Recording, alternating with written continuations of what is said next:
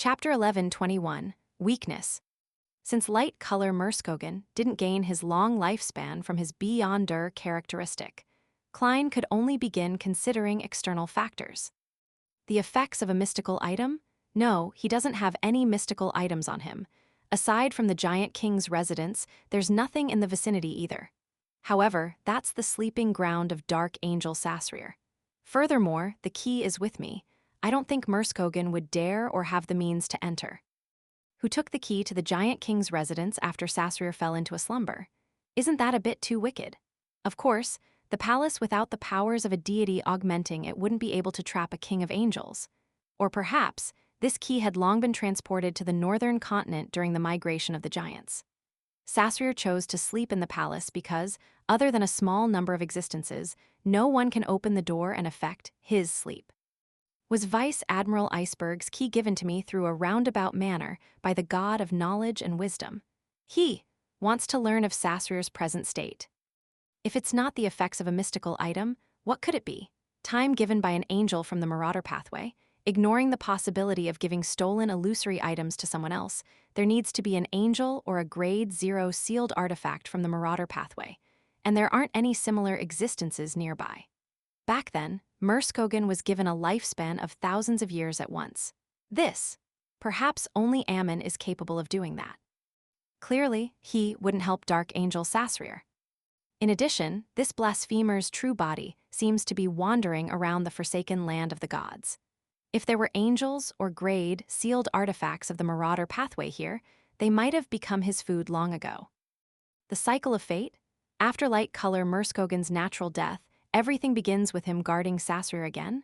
Yes, that's possible. If the current Murskogen is in an aged state, then it's completely understandable how so much time has passed. Furthermore, because the time in this loop seals centuries, it hasn't reached a node yet. It's only normal that I didn't manage to discover any signs above the gray fog in my haste. With this in mind, he quickly observed his surroundings to find traces of the Angel of Fate, Ouroboros. However, there was no remnant power like that. Klein quickly retracted his gaze and continued to observe light color Murskogen's intense battle with Colin Iliad and the silver-armored Night Evil Spirit. His spirit-body threads are normal, eliminating the possibility of him already becoming a marionette. Under true vision, his condition isn't abnormal. This means that he isn't a figure summoned from history. The divine kingdom of the Giant King's court is slowing down the passing of time or aging. The former can be eliminated because my spirituality is almost unable to support my level of observation. This matches the amount of time the City of Silver's exploration team has spent in this area. There is a certain chance of the latter, with life progressing in the sunset state but being solidified during dusk. But the problem is that the ancient god, the Giant King, has already perished. Badhael, who wields the power of dawn and the power of dusk, has brought the divine kingdom to the astral world. It's impossible for this king's court to still have such a powerful influence remaining within it. Klein went through all the possibilities of extending one's life that he could think of, but none of them matched the situation of the leader of the court chasers. He had no choice but to consider another possibility. A secret art with a huge defect. This should be dependent on some kind of power in the Giant King's court. Otherwise, the range of Murskogen's activities wouldn't be so tiny. It wouldn't take until the City of Silver's expedition team arrived at the Giant King's residence before he took action. The entity related to life inside the Giant King's court clearly exists: the former goddess of harvest, the present Earth Mother, Giant Queen Umbella. As this thought flashed through his mind, he cast his gaze at the giant statues outside the palace. They were no different from the ones the City of Silver expedition team had encountered along the way. They were only slightly larger. However, after careful inspection, he noticed a small number of abnormalities. These giant statues had the aura of life, and they possessed a certain amount of spirituality. However, behind the mask, it was pitch black without any dark red glow. This light color Murskogen had used some sort of secret technique in the life domain to bind his spirit with the living statues. Using them, he obtained a long life, but this results in him being limited to such a tiny region and being unable to leave. This is very similar to the way evil spirits exist. This way, Murskogen might not be able to show his normal mythical creature form. Klein conjured a gold coin and flipped it up to make confirmation. When he received an affirmation, he raised the sea god scepter high and prepared to remind Little Sun through the prayer light. At this moment, demon hunter Colin, who had avoided Murskogen's first attack, suddenly ducked and circled around him, running straight for the giant king's residence from the side. His gaze was locked onto those gigantic statues. In the intense battle just now, although this city of Silver Chief had always been at a disadvantage, he didn't give up on observing his surroundings, nor did he stop thinking. He was similarly puzzled as to why the leader of the court chasers could live for thousands of years. When he discovered that the living giant statues were only standing outside the palace without participating in the battle, he had arrived at a certain conclusion. He didn't know what exactly was going on, what principles underlay it, or what domain it belonged to, but his rich experience in exploration and the intuition as a demon hunter made him believe that the statues were the crux of the problem. Tab, tab, tab. With two swords in his hands, Colin Iliad dashed forward, taking large strides. However, he didn't run in a straight line as he zigzagged his way forward. Upon seeing this scene, light-color Murskogen let out an angry roar as he held the broadsword in his hands and rapidly slashed forward. His reaction proved that Colin Iliad's judgment was correct. Bangs, bangs, bang. Demon Hunter Colin suddenly leaped away and did a roll.